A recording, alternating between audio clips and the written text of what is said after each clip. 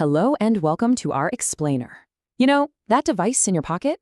It's a tiny miracle of global cooperation. And, get this, it's built by some of the fiercest rivals in the business. So today, we're going to unpack the incredible economic logic of international trade to figure out how in the world that is even possible. All right, let's kick things off with a question about a device most of us use every single day. We all think of it as an Apple product, right? Designed in the US of A.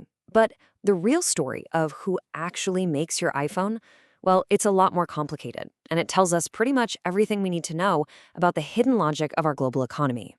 Okay, so here's the first big surprise. One of the key partners in making the iPhone is Samsung.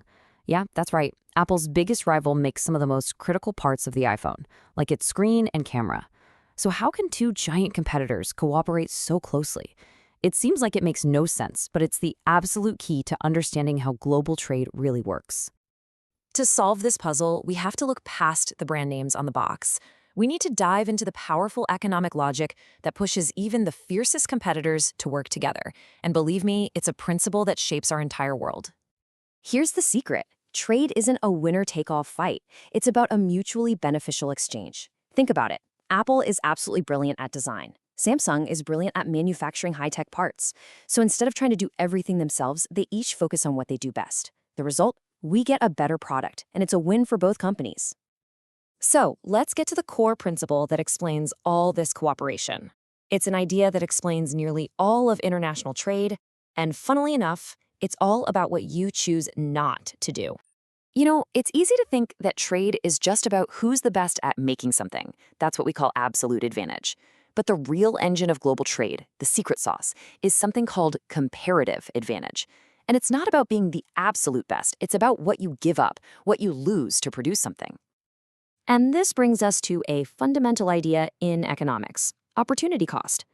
See, to produce one thing, let's say a barrel of oil, a country has to use resources that could have been used for something else, maybe growing a bushel of corn. That corn you didn't grow, well, that's the opportunity cost of producing the oil. So picture a simple world with just two countries.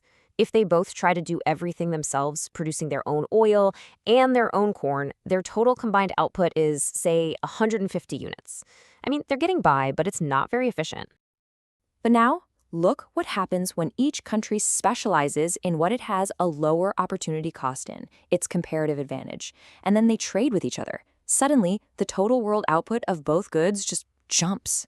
It's almost like creating something out of thin air, and that's the magic of trade.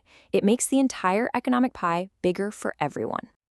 Okay, but what if one country is just better at everything?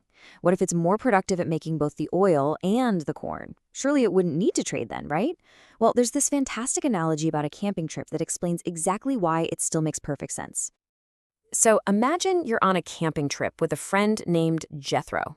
Now, Jethro is a super camper. He's faster at setting up tents, he's better at gathering firewood, and he's a gourmet camp chef.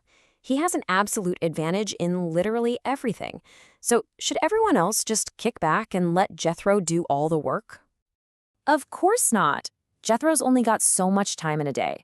For the whole group to have the best possible trip, Jethro should focus on the one task where his advantage is the greatest.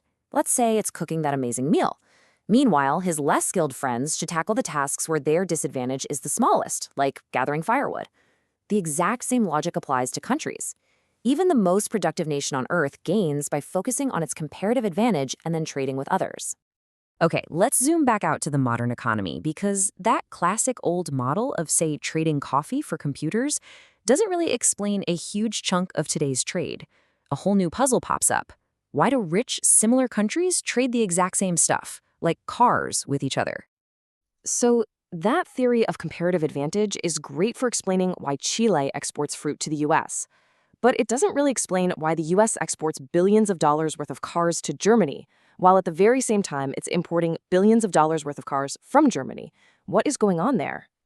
This is what economists call intra-industry trade, and it makes up a huge portion of the global economy. We're talking about 60% of all trade for the US and Europe, and it really happens for two main reasons.